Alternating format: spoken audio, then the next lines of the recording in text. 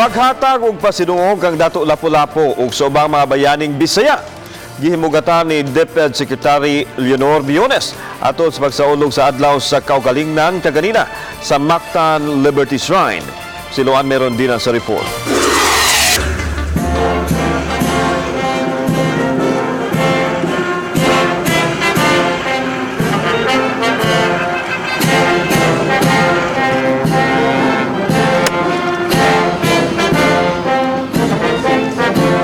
Insakto alas 8 ganihang buntag, gipahigayon ang simultaneous national flag racing sa nagkalain-laing dapit sa nasod, isip pagsaulog sa ika-121 katuig nga adlaw sa kaugalingnan.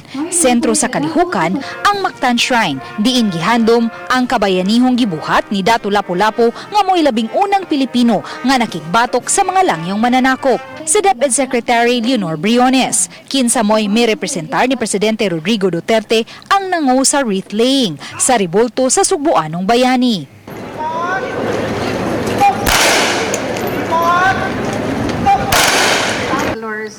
Mitambong usab sa kalihukan ang chairman sa National Historical Commission of the Philippines, Rene Escalante, mga lokal nga opisyal sa Dakbayan, pinanguluhan ni Mayor Paz Radaza, kadagkuan sa kapulisan, Air Force ug mga religious leaders. So ang bayani, ang bagani gives to the community, gives to the kingdom, gives to his people without expecting anything in return. Kanang karon ginatawag nato sa moderno nga sinultian, accidental heroes. Gawas kang Dato Lapu-Lapu, gihimugatan usab sa DepEd Secretary ang kaisog sa ubang mga Bisayang bayani.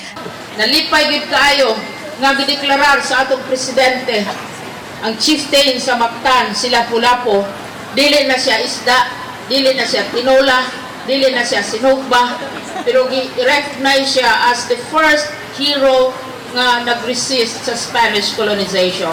Samtang si Lapu-Lapu City Mayor Paz Radaza, kinsa mo'y incoming congressman sa Lone District sa Lapu-Lapu, mitataw nga sa iya unyang paglingkod sa Kongreso, usa sa iyang lihukon ug suportahan ang gidusong balaudnon nga nagtinguha nga usbon ang pangan sa Mactan Cebu International Airport ngadto na sa Lapu-Lapu International Airport.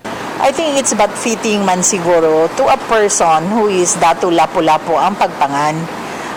It's not more on the place but it's on the name because gi-honor man gyud nato what he did to the Opunganons and especially to the Filipinos.